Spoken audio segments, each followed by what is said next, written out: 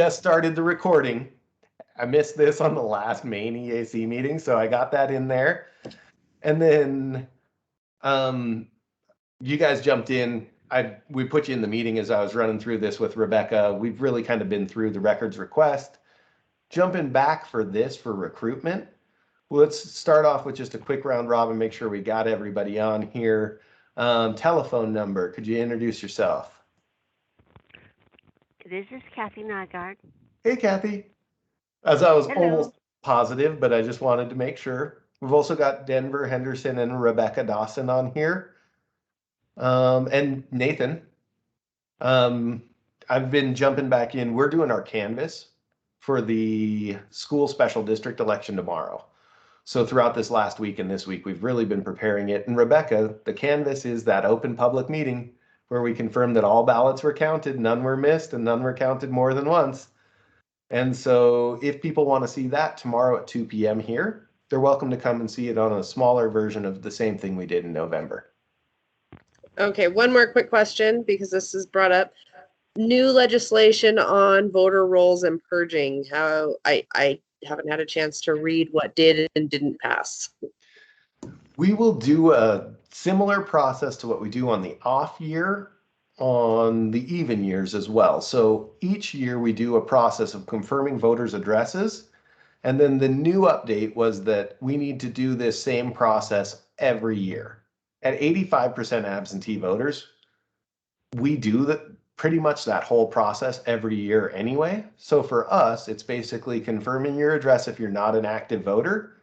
And instead of that being on even numbered years for absentee voters and odd numbered years for all voters, now it's going to be every year for all voters. Where we have 85% absentee voters, we were basically doing this process. And we were basically confirming addresses for a majority of the county.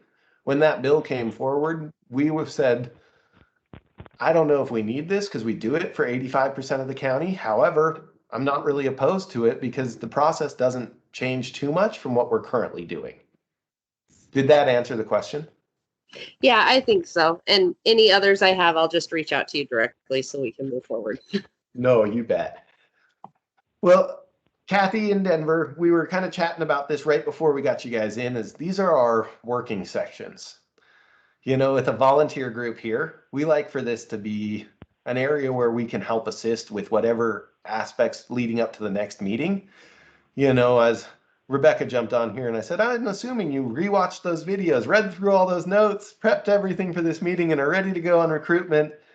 This is our opportunity to come together, answer questions, and help prepare things for the next area coming out. So I'm pulling up Nathan's email right now, which kind of helps bring us up to speed as to where we left it from the last meeting. And forgive me, I need to open that up really quick.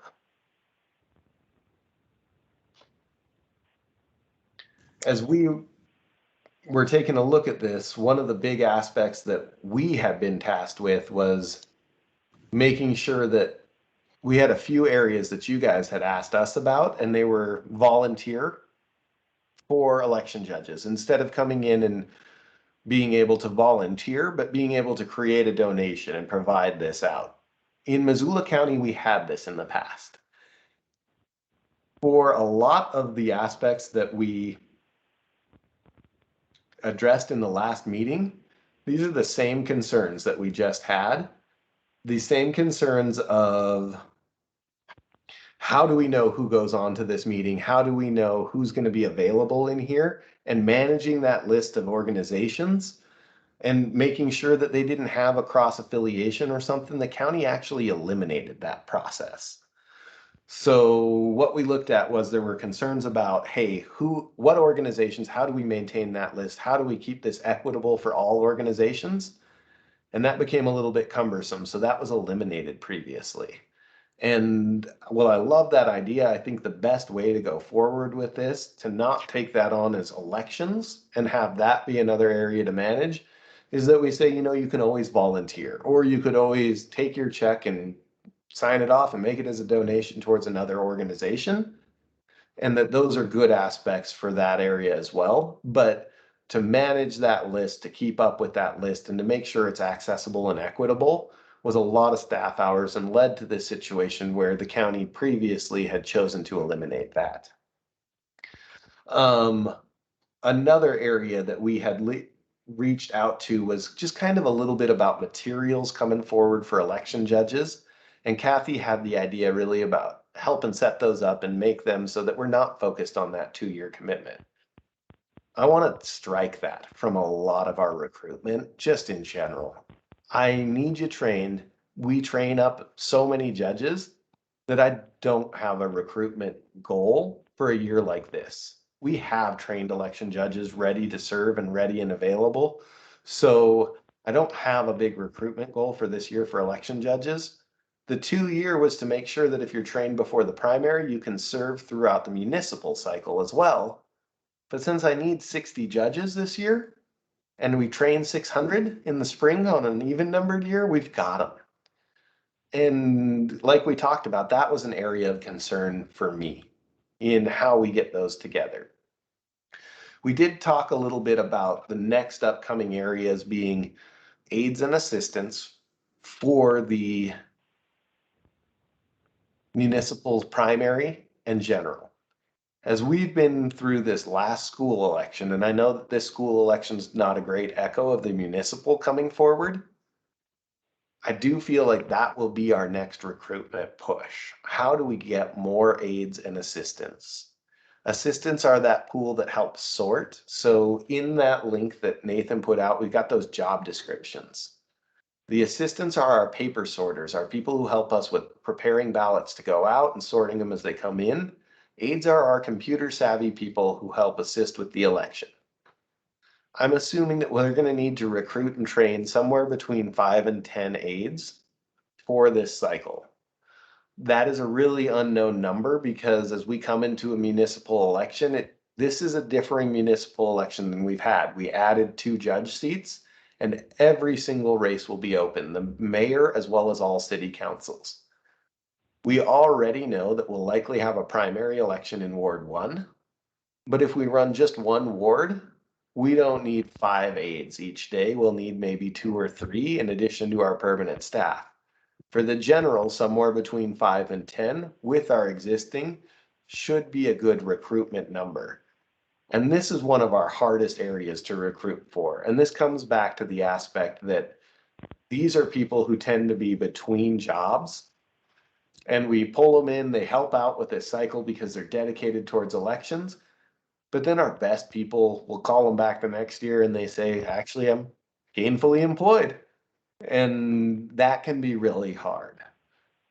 With the unknown nature of both of these positions, it is, when will we call you in? How long will we call you in? And then when will we call you in again? And, for this, it depends on, for our assistants, it depends on the number of ballots we send out.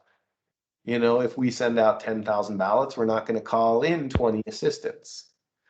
For aides, it's very similar to that too. What's the next election and where do we come through on those?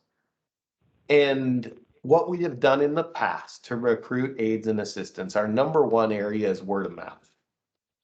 We have done job postings through the county because these are hired positions.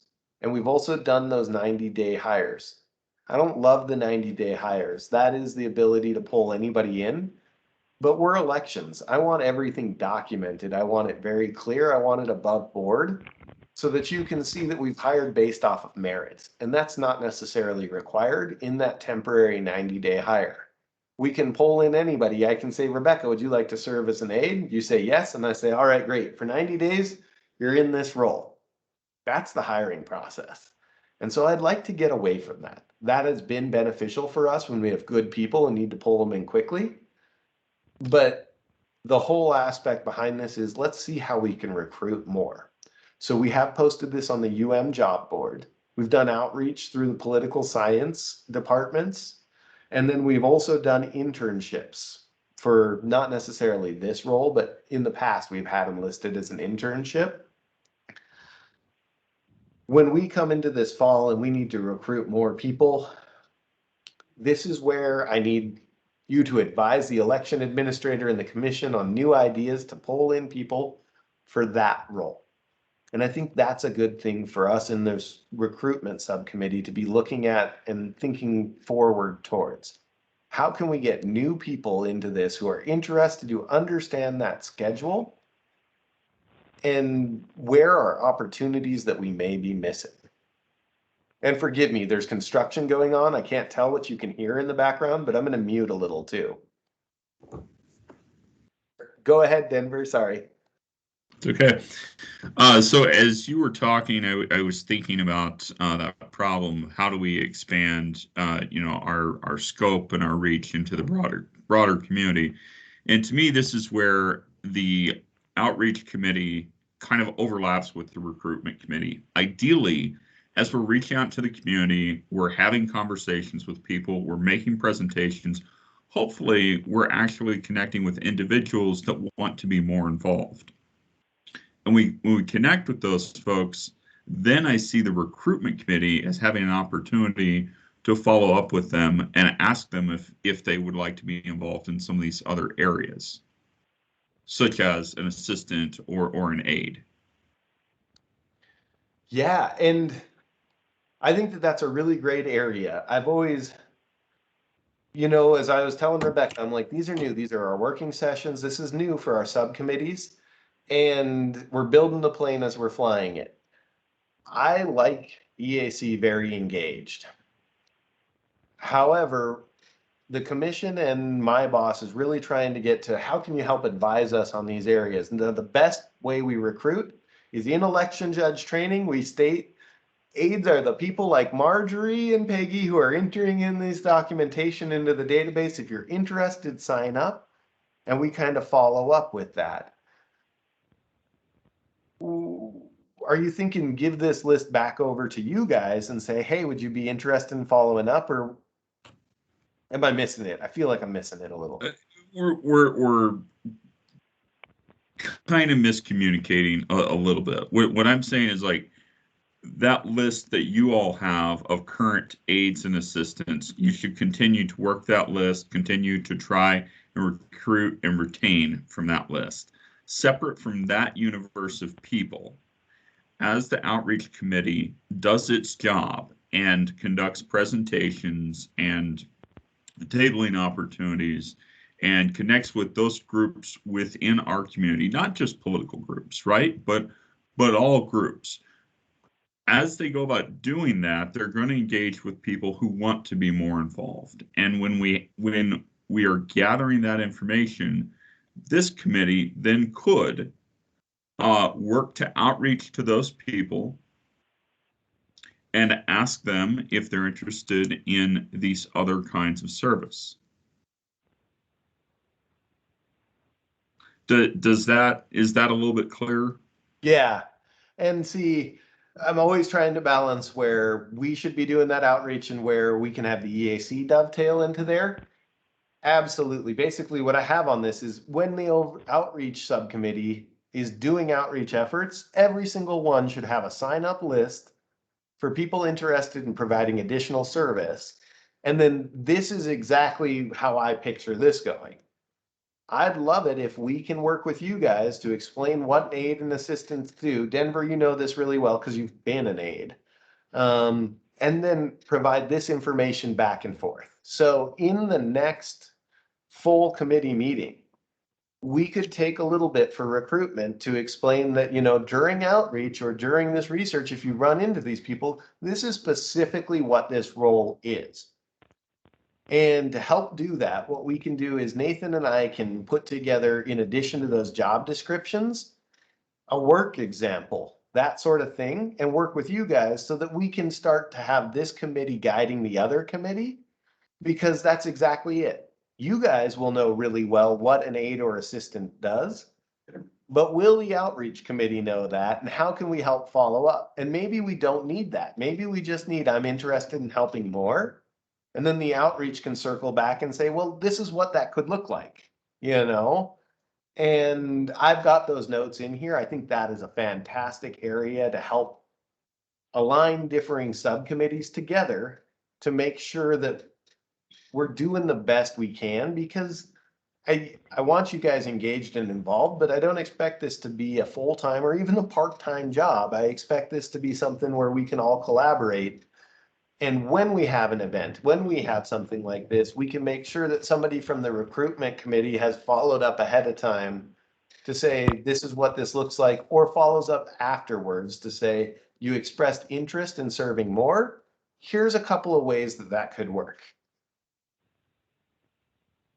This will be a perfect time to pilot that, because with 5 to 10 people, my plan is to do a posting, job service, do a posting at the do a posting at the county to do outreach to our trained election judges. And then we can also use our outreach subcommittee as we get this established and we have a clear plan for the municipal. Right now, I'm discussing with them, and the municipal is looking at possibly a polling place election. Well, instantly I said there'll be a lot of outreach around that because we don't normally plan for our municipals to be a polling place election. As we do this outreach, we can say, are you interested in more? And we can build this in with 5 to 10 aides needed. This isn't like we need 30 aides for the general election, and we can start to figure out what is working well and what we can improve upon with this idea in mind. And I kind of like that. As we now say this, I see this as an aspect for the EAC recruitment to be engaged and involved, but I also see this as an aspect to do a little bit more, as to not just advise, but to walk that line between being a little more engaged and still advising us and saying, hey, how can we help use you guys more than just simply providing insight and guidance back to us? We've got such great minds, such good areas here. How can we meet this without pushing it too far? I like that, and I flagged that in. I think the biggest area really coming through is talking about those roles. And instead of trying to follow up offline, and then what we'll be at is by the next committee meeting, I want to take a second to walk through the roles of what an election assistant does. When we call in an election assistant, before we send out ballots, we have teams of 2 working together to prepare those packets to go out in the mail. That's the first area that an election assistant is really involved in.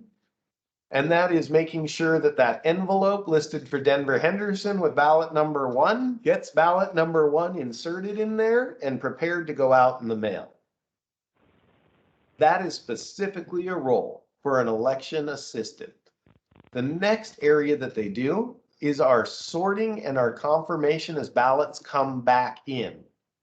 After our ballots have been signature verified, election assistants work in a team of 2, and they take a report that lists every ballot that's signature verified, and they make sure it's physically here. They complete these reports to track them from signature verification in the system to when we count those ballots. So they confirm each ballot's present. I have a ballot for Bradley Seaman, that ballot is present, and they track it on a report. They then go through and sort those reports, and depending on the election, we'll either have them or an election judge do the next process of opening a secrecy envelope. But we always have those assistants help with that sorting of those ballots, those physical paper ballot sorting when they come back in. Then the last thing that an election assistant will do quite regularly is help assist with the processes of sealing, sorting, moving to and from the warehouse. So on election night, when we have ballots delivered from processing to counting, that's done by our election assistants. The next aspect that we see is when we're getting set up for records retention, we call in election assistants to help us with making sure everything's palleted, tracked through retention, and goes up onto the shelves. Nathan, what else does an assistant do? That's pretty much it. I feel like you pretty much hit it. New for the last election. This one caught us off guard. Election assistants also can serve as drive-through ballot drop-off. That's been a varying stage. A judge is really designed early prep and helping on election day. This was new in 2020. 30 days of ballot drop off. I wasn't ready for that. I think we did a great job at accommodating it. But what we did utilize is some of those assistants because it was uncertain with our county payroll. Could we use those judges?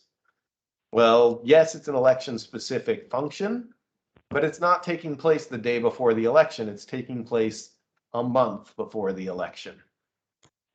So that's a good example of the work area that an assistant does. An aide is a little different. Aides are on the computer. So aides do multiple different roles. They're going to help out and they're going to assist with voter registration. So we will train them in all of the processes we utilize to register a voter. This is entering them in the database, confirming that registration, making sure that we have a ballot packet prepared if we're in late registration section of an election. Our election aides who have more experience and have worked for a longer period of time, we're an office of 5. Guess what? We've had a big spring. We had a big fall. And when we get to the middle of this summer, we may have them help serve in our office to answer the phone or serve as backup to our trained staff so we can get vacation time in. So they are a full backup to our election specialists. The other thing that aides do very specifically is the signature verification process. So when we have every ballot come back in, every single ballot is signature verified. And this is an awesome area. Our outreach committee is going to be getting a lot of questions, the same as Rebecca is getting a bit about the recent records request and that information. And people are always floored to know that every single ballot is signature verified. That is done by an election aide. So they go in and they record each of those as accepted into the database, signature verify, and then provide them over to the assistants to sort through. I think that that's going to be a really great way we can dovetail this outreach into this recruitment, because as we talk about this process, that's one of those areas where we can say, are you interested in being more involved? Yes. How are you interested in being more involved? Well, I want to know about election integrity. Let's talk about election aides. These are the people who signature verify every ballot as they come through. So election aides is actually a little bit more direct. They answer phones, they register voters, and they signature verify. Very specific, those 3 processes. Denver, am I missing anything as an election aide? I just did it for a couple days. It was a good experience. I had actually a lot of fun with it, and the other staff were just great to work with. But I can't think of anything specifically that you haven't covered that I didn't do during those couple of days. Yeah. Nathan, am I missing anything else? No, issuing ballots is just part of the process as well that I thought of. Yep.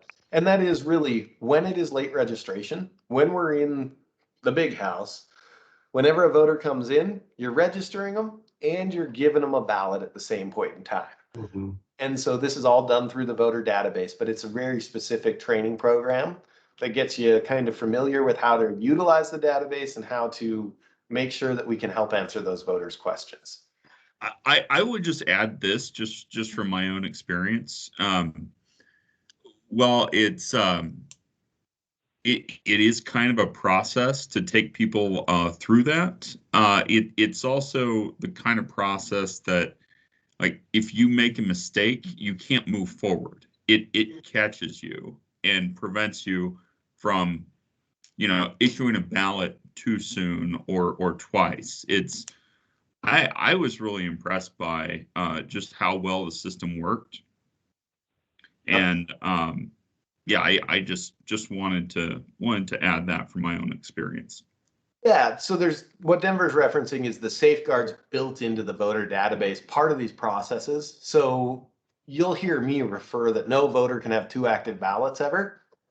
Well, it's not because Denver is making sure that no voter ever gets 2 ballots. The system physically prevents it. It won't let you issue a ballot for somewhere where they're not active. It won't let you issue a ballot, 2 ballots to a voter, and it won't let you make some other changes to their profile during these specified times. And this is, we've been working closely with the Secretary of State. The new database that we're working on makes this even better. And so there'll be some changes and updates for that, but the safeguards are baked into the process. Another great example, anytime we had someone from another county that was trying to vote in Missoula County, required us to make a physical phone call to that elections office and get a release. There's a lot of safeguards that are just built in this system. And here's the thing, folks. Most people that we come in contact with don't know because they haven't been exposed to it. It's not their fault. They're not stupid. They're not naive. It's nothing like that. It's just information normal people wouldn't have. Mm-hmm. And so I gained a tremendous amount of confidence in the system just by going through it and volunteering those couple days. And I'd encourage you to do the same. And to echo that, we have observers throughout that entire process. So usually it's Jill and Nathan whom are in that building, but we like to walk the public through that. Because if they can see it, just like you expressed there, Denver, the more you know, the more you see it firsthand, the more confident you are in the process. So for recruitment, when we talk about aides and assistants, I wanted you guys to understand very specifically what that role is. And our assistants help us sort and manage paper. Our aides help us with the computer. That's the easiest way to break them out. One is paid at just over, I think it's $10.65 an hour, and one's at $13.15. So they're not a high paying job, but they are all paid. And we really like that because I want anybody that we're granting access into the voter database to be on county HR policies and be in the county technology policy too. So that way we can know that people are set up and have that process going through. Nathan, what you got? I just wanted to add that another way of thinking about it is the assistants help with a lot of the backroom processes that are going on behind the scenes, so to speak, and the aides are more of a public facing component of that. I mean, the computer skills are imperative, but there's that public part that a certain person is more proficient at that. No, and that's caught us in the past because when we refer to it as sorting paper and computer work, it's not just computer work, it is public service. And the assistants do not interact with the public as much. Sometimes at a ballot drop off, but we've had aides who came in who were amazing on computers, but weren't so hot with people. And you really got to be good at both. You know what I mean? It's a wonky database, but you've got to be great about working with a voter, walking them through these processes, and making sure that you are a people person too. What you got, Rebecca? So just so I'm clear, these are paid positions, and I know you said something about the 90-day hiring window. How many hours, if somebody was interested in serving, would they anticipate? And I know it's going to be a big window, but is it only going to be as elections are coming up and then the other 11 months out of the year, nothing? Or what are they looking at realistically? Well, not quite 11 months, but yes. So it comes up before the election. When we come in, we want to pull people in during that 4-week period before the election. So depending on when we get people hired and when we can pull them in and get them trained, we'll normally have them come in about 4 weeks before, and they'll work 2 or 3 shifts a week, depending, for about half a day. So we're talking 12 hours a week for 3 weeks. And then on election week, they're going to ramp up. With the elimination of same-day voter registration, we're not going to have that marathon 17-hour-long day that we've had in the past. But it's just going to change when our deadline hits. If the deadline is now Monday at noon, guess what? Monday is going to be our marathon day, and it's not going to be 17 and a half hours. But we'll be having some changes, so it is kind of changing. I would normally say that on election week, they're going to get 30 hours. I can't say for sure. One of the aspects we're looking at with the new voter database, that phone call you had to make to the county is built into the database. And you no longer have to ask that county. It will do that research and pull those voters. In Missoula County, what we're hoping to do is provide weekend and evening hours, morning hours, times when we had issues. those aides that had to call the other county would run into the fact that Rosebud County wasn't working the Saturday before the election. That voter who came in couldn't have that ballot voided, had to come back another day. With the new database implementation, if things go as planned, we're going to be adjusting our schedule to meet where those voters are at. So we'll have more hours in that week. You won't be at 30, but you'll be at 12 hours, 12 hours, 12 hours, and then maybe 20. And those time frames will be a lot more varied. Instead of 8 to 5, oh, it's killing me, the construction. I'm sorry, guys. Instead of 8 to 5, we'll have that ability to say, well, your shift's going to run from 3 p.m. to 8 p.m.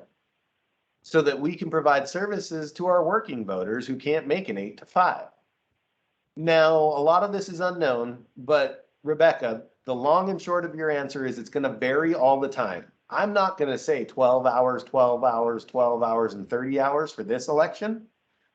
It may be 12 hours and then 15 hours, just the week before and the week of. Depending on the person, depending on that training. Some people, we want to get in 6 times before they get up there. Some people from like Denver, you got what, 2 days of training before the big day? I mean, it really depends on how well are you working on this database? How well are you functioning on getting everybody into this database? And it's going to vary, but in general, 12 hours each of the weeks, 3 weeks leading up to the election, 20 to 30 hours election week. Noting that with these law changes, we're going to be calibrating. Now the assistants are on a different schedule.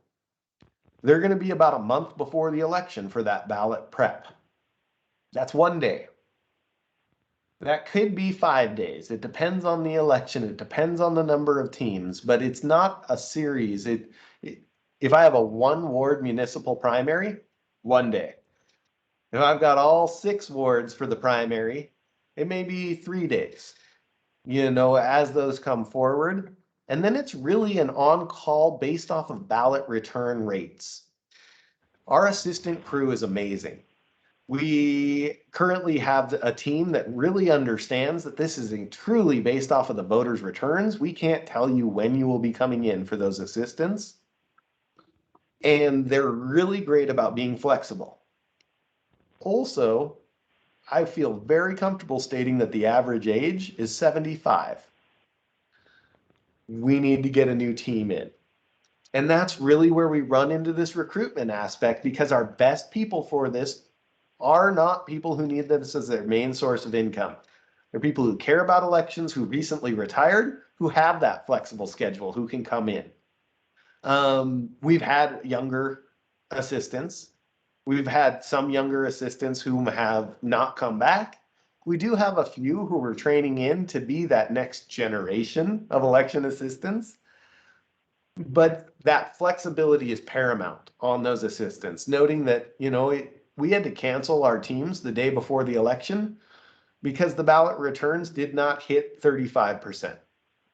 So they were great. They were really able to cancel in the last minute. The aides are a lot more locked in on their schedule. We need to train you. We need your availability. The assistants need to be incredibly flexible. Kathy, is all that making sense to you? I can see everybody else, so I'm sitting here and they're nodding and I feel great, but does that make sense to you? It is. But I think, the autocrat in me wants you to say to people who sign up to be judges, you need to serve 12 hours or 15 hours or whatever as in one of these other positions. They invest the time to be trained to be judges. I think they would be willing, and I'm just speaking for me, I guess, to do some of this other work. Yep. You've committed to being involved in it. Here is something that you can do that will be part of your commitment. Yeah. And I don't know. Is there? Maybe that's would be a deterrent to some. But I gotta believe that the people who bother to sign up to go to the training, to do all this other stuff, would be willing to do some of this other stuff, like collecting ballots, like verifying signatures, like entering things in the computer, like all of those things. So And one of the things, so I like this. Here's the hard part. The hard part is that this is a hired position. So in the past, our best recruitment has been through election judge training. And we literally have a list similar to what I put down from any of the other outreach of I'm interested in helping more. And then that's who we specifically email. We are posting these positions, please apply. see, and I don't remember ever being asked if I What wanted to do more. was it in this year? Was- I've gone to those trainings for the last 10 years.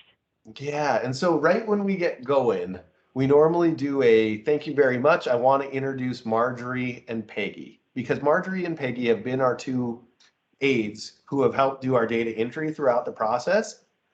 And then I dovetail that into this is an area they have a sign up sheet, and if you're interested, but it might behoove us to change where we're doing that into when you get your paperwork or when we confirm your paperwork or just putting it on your paperwork so that when you're filling Putting it this out on as your a group, paperwork. Putting it yeah, on your paperwork. you check Make it, that box and then we have it tracked because we enter all that paperwork in. I think, Kathy, that might be a great way to help make sure that people are, because the first portion of that class right after those introductions are, let's go through our new hire paperwork, all of this information, and we walk through each step. And I think that would yeah. be a great way to track it and have it in there. Yeah, that's a great pool to draw from, the people who are actively, hey, I'm They interested, said here I they am. wanted to help. Yep. Right, They here I said they am. wanted to help, and And and they'll do it. You know, they are people who are committed to making sure that things work well, and well, and if you we put know, it on the you paperwork, there's go to what's training missing. and you're signing up for one day of one 15-hour day. That's ridiculous. Yep. You And I could think that get a we could lot more get work out of there them. and we could put it and formalize it, cover it. And I think that's a great area because we go through every one of those aspects. And I think you're exactly right. The hires where we miss people. And this is where I always look at this 90-day hire as that ability to loop people in. So what I am considering, just roughing it out, talking with you guys, is we get to this, we do our full-blown hire and recruitment, and if we're short, anybody who marked it on that sheet, we reach out to them directly and say, would you be interested in this 90-day hire?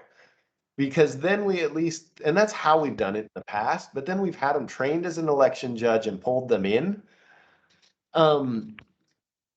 It's really interesting because having it be an HR hiring process, there are some specifics on what you need to include in order to make it through screening. The minimum qualification is 2 years of office or clerical work. And that's it. Well, almost everybody has that. And the aspect that we miss, you're exactly right. What we miss, Kathy, is that they don't write it on their paperwork in a way that gets them through the HR screening. So when Well, we then get change the form. Change the form. Make it so that it's a little easier to figure out how to fill it out so that you say, yeah, I've worked for 27 years as a secretary. I've worked as 4 years as this. I've worked, you know, I know that people would do that, and especially, and I'm speaking especially of retirees who are Mhm. very proud of the work that they did while they were getting paid for it. Yeah. Very proud of it. And they want to be acknowledged as being the best law secretary that ever there was. They want to be acknowledged for keeping the books at Dillard's. They want to be acknowledged for this kind of stuff. And so, And all you got to do is give them a chance. exactly. So I get a little cautious because what we're looking at is changing an HR hiring. And in the county, we want to make sure that we're following that process through. But I don't think Sure. that changes much, because what I put down is, how do we change our requirements to make sure that people don't get screened out? And we go through this every time we post this position. What are the minimum qualifications for this position? And I think that as we go through this, the next time we post it, a month beforehand, we reach out to you guys and we say, here's what we're thinking. Does this align a lot closer with what you guys were discussing? Because we do need some sort of minimum qualification. We can't have a job posting that says anybody can do this. And I really get cautious about stating anybody can do this when they are the people whom are registering voters or counting ballots. I want some sort of qualification, but how can we But help you make don't this you don't more ask open? judges for their qualifications. Nobody's ever asked me what how I figured I was smart enough to be an election judge. And we pull everybody in as an independent contractor as such because of that. And so we go through a very specific training, and I wonder if there is just a way to include in there, I will meet the certification requirements. And those certification requirements, similar, I just had somebody ask me about serving in office. When they fill out that form, they state they will meet all the requirements by the time that it is required. They're not stating that they're an expert or that they meet the requirements right now. And maybe there's some way that we can work with our HR to state that through this process, part of this is you agree to this training. Guess what? We do this training with everybody. Nobody gets to go. Denver, you don't just get unleashed with a login into the database. You go through a specific training and work in teams. I think that is really worth revisiting here. And I've got that flagged down as maybe there could be a training after hire. Or maybe we could figure that out. Or maybe there's this ability to pull people into that role in a different capacity. I think so. I think it's a pool that we're missing. And exactly, when you state everybody has that, that's what kills me, because I'm like, yes, I set that bar very low. Everybody has 2 years of office and clerical experience. And I get cautious about walking people too closely through it, because then we're not doing a merit-based hiring, which is the whole reason we want to do that. How do we walk people through it really well and still make this merit-based? And maybe that aspect is that we do the hiring at a different point in time, because these positions, I want to be clear about their role. They are on call, not on call, intermittent schedule, part-time intermittent schedule. These are hired staff people. Oh, yep. And then so that job description is in that link too. And so that last one you send out with that recruitment folder, the job descriptions are right in there for everybody. We're working hard on this. I want one link for you guys. You'll only ever have to look for the recruitment link to get that folder, not this link for this document, this link for the next one. Find that email. We want to put them all into that aspect. Maybe So what Brad, we do is hire right away. If we're recruiting these people in election judge training, we say, hey, you're on call, you're part-time intermittent schedule. When you were hired, Yes. you have the ability to serve whenever. And instead of doing that hiring process a month later, with this team that we're building with Nathan and Jill coming in here, I bet we could hire in the middle of judge training. So it's not 2-3 months later. How do we pull you in? How do we post this position, close it, hire, post the position again, close it, hire, and do this process when you're thinking about it, not a year and a half later when we're getting up to the municipal general election and we need 5 more election aides. Absolutely. They're thinking elections when they're there. They will sign up, and I'm sure that you call people all the time who say, "Oh, I'm going to be on vacation that week." Blah blah blah. Well, at least you've got a pool to work from. Mhm. And that's what I'm trying to help with, is a pool. And I think about other pools that are available out there that could be utilized in a heartbeat. Yep. In a heartbeat. Well, and that's exactly it, because they do. They're part-time intermittent schedule. When you are hired, the only way that you will be terminated is if you do not call back, do not answer our calls, and then we send you an official certified termination letter. I mean, if you are active, you don't lose this position. You stay in this pool, and we will call you in at any point in time in the future. Just those who are no longer active, just those who've requested. And guess what? When that happens, you've earned an accrued sick time, comp time, vacation time, and you get cashed out for that. This is a good I have worked position. as a temp for my friend who had a business that used to hire me as an on-call temp. And it's like, yeah, you don't get called, you don't go. But you're there and you know what to do, and you know where the bathrooms are, and you know all this stuff. Just go and do it. And we're going to train you again anyway. Every single time. I don't care how Right. many years you've been coming back. We're going to train you each time. I love that idea. I think that's a great one. I just looked at the time. So I'm trying to be really mindful of everybody's time as we go through these. These are our working areas in here. I think we've got a really good area, and I flagged a few things. I think that, this overlap from outreach to recruitment. I wanted you guys to be really aware of these two job descriptions so that as we come to the next meeting, we pull these together. I had a new project I wanted to bounce off of you guys to see. The third area that we recruit for is EAC members. And we had a huge pool of people to pick from for this. So we had some really great people with very unique skills and things they brought to the table. One of the aspects we've seen out of this as we've grown and expanded this committee is that we need some recruitment documentation for this. We do not have an EAC board member job description, and we don't have an EAC history. Here's what we've done. Here's the projects we just finished. Last year, one of the big accomplishments from the EAC was they helped a ton with the Give a Day for Democracy, our election judge recruitment, and they advised the commission and the election administrator that prepaid postage would increase turnout in the upcoming elections and should be something that we put into our budget.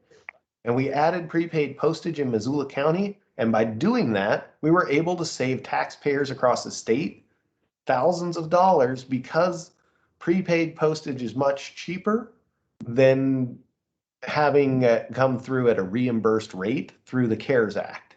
So this was a big accomplishment. What are the big aspects we've been working on this year? Well, we've established subcommittees.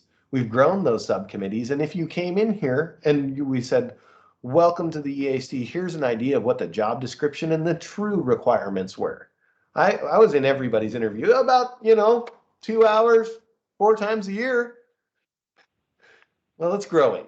It's really growing. And I want to be able to say that and show why. And then, you could see that during this year, we've established subcommittees, and there's these subcommittees which have a working meeting. And I like this format. I really like this format. I don't expect you guys to have done a ton of prep work.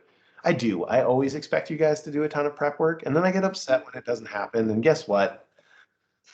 I'm meeting everybody where they're at, like we need to do for recruitment and these other aspects. Turning these subcommittee meetings into a working group meeting is a great way to have you schedule an hour before the next committee meeting as a whole. And this adds to your requirements. And so if we had a job description that showed those requirements and showed that this year we established a policy to do a survey every year. Sorry. And we built these subcommittee meetings to help establish them. What a great area that we can help guide others. All right, Denver, I need you because I got to mute this. No worries. Also, Rebecca's had her hand up for a while, and so you're good. Okay. Okay, that happens. I just wanted to offer support for this idea for creating a history. So much of what gets done doesn't get reported, and it doesn't make its way into the general kind of consciousness about what elections is doing and what the EAC is doing. I think we're doing some really important work. This is also, I think, one of the few areas right now in our society where people from all across the spectrum can work together on a shared project. And I think that's something to celebrate, frankly. So I really like the idea of creating a history and starting to record what it is that we're accomplishing. And we've got many years to go back and add to that history. So being mindful of time, here's how I see this going forward. I look at this as a part of recruiting members to the EAC. Now, here's the reality. Rebecca, Kathy, how long have you guys been members of the EAC? So there's this aspect that history and knowledge isn't totally in there. What I think would be so beneficial for the committee as a whole would be to discuss that through this, there are 2 jobs and we want to help you know about these jobs that we're recruiting for. And we want to work together, and I don't want it to be a formal subcommittee, but we can get a working session together like this. We can get Denver in here. We can get Todd in here. Some of these people who've been on the committee for a few years. Travis is an amazing person to help cover this. I can help cover this for the time we worked. And guess what? Larry Dunham can join us as somebody who has worked for years before. Jeff Badnock, all these people who have served on this committee before. Clancy, Don Kent, like these guys have information of what we've done before, how we've looked at things, and we can help work this through. What I see is that at the next committee as a whole, we say, we met again, we really discussed and dug deep into here. We're going to work to provide so much documentation in that recruitment folder that it's overwhelming. And then the next committee meeting, we're going to go through some of this documentation as a group together. But I think that as we report back, we state we want to work with outreach and these other organizations to show, hey, as we do this process, we want you to help recruit as you do outreach, as you do research. I don't see any reason why there couldn't be, if we have an online survey, a check here if you want more information about other ways to serve. Like how can we grow that pool? How can we really grow that pool? And then we can ask for people who could volunteer to work together with members from this committee, set up another meeting for an hour, work on that history, work on that job description. And I don't expect you guys to do it all before these meetings. We'll try to get a framework together and we'll build it at this meeting. And hopefully I won't have a backhoe driving by constantly. What do you guys think about that? That sounds good. How about considering a negative checkoff instead of saying, say if you're interested, if you're willing to do blah blah blah. Say if you're not, you check here, and you assume that everybody wants to do more than they are asked to do. I love it. I mean, what do you guys think? I don't really see any reason not, like this would be, you have signed up for election judge training. We're going to reach out to you about these other opportunities. As we go through this sheet here, when you list down your availability in your other areas, if you're not available to do another opportunity or something, check this box and we'll pull you off of that list. An opt-out instead of an opt-in. Correct. Love it. I think that's. If you came to election judge training, would you feel uncomfortable with that? Anybody else? Okay. I thought I saw somebody be like, I don't know. And I just want to make sure. Then they opt out. Opt out. When you redo your driver's license, if you don't want to pay for parks, you have to say, I'm not going to pay for parks. I think that's great. Now, I think the one thing we're missing on this is a reporter for July's meeting back. out of you three, would one of you be interested in discussing what we talked about for the committee as a whole? I think I covered it last time, Denver, very briefly, not very well, but just to kind of help with you being out at the last minute. But I'd like it coming back from you guys. I obviously can talk all day. Would one of you be interested in volunteering for that?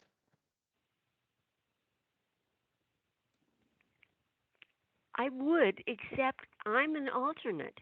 I'm not a member of the committee. I would But- say that you only get to vote if there's another member that's not there, but you are a member of this committee.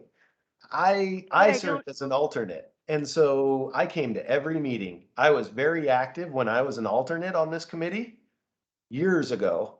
And the only aspect is I didn't get to vote on a proposed resolution or aspect unless somebody who's a regular member wasn't present.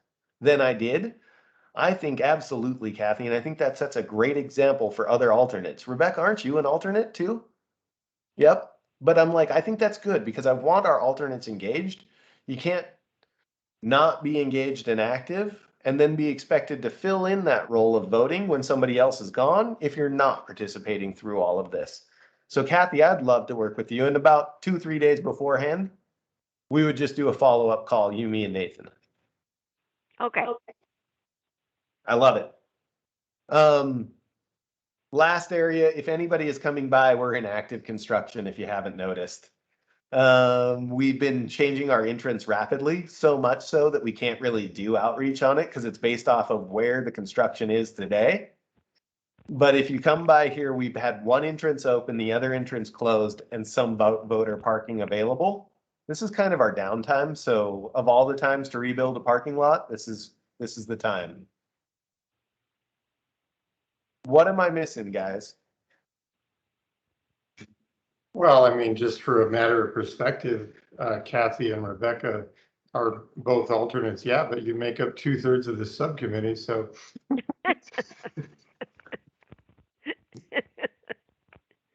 I don't know what we'd do without you. Yeah, I completely agree. I think Bradley could not have said it better himself. So much of what we do is not about taking votes, but about bringing ideas to the table.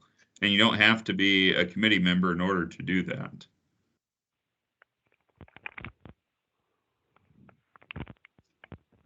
Okay, guys, I'll send you an email that has some of our notes, a link to this in here. And guess what? All that's going to go in that same folder too for the recruitment subcommittee. As we have those together, I just want to make sure that if there's anything I'm missing and that you guys get a chance to work with us individually because we're building this format as we're doing these meetings. I like a working subcommittee meeting. I know that as we come into this, we're going to get you some materials to prepare, but I'm not expecting you to be fully versed in everything. We're going to work through it all together. And I'm really trying to bite off an hour's worth of material. So I feel like we did pretty good on this. And I think where there's always room for improvement, but we'll get a follow-up email here. I'll probably be reaching out to each of you to see what can we do better. And then Kathy, as we get into July, about that week before, Nathan will probably be reaching out to you just to make sure you're up to speed. And I only say that because I'm sneaking in a little vacation this summer. Okay. Enjoy. Hey, thank you all. Thanks, everyone. Have a great day. Thank Yeah, you. you Thanks, guys- Bye-bye. guys.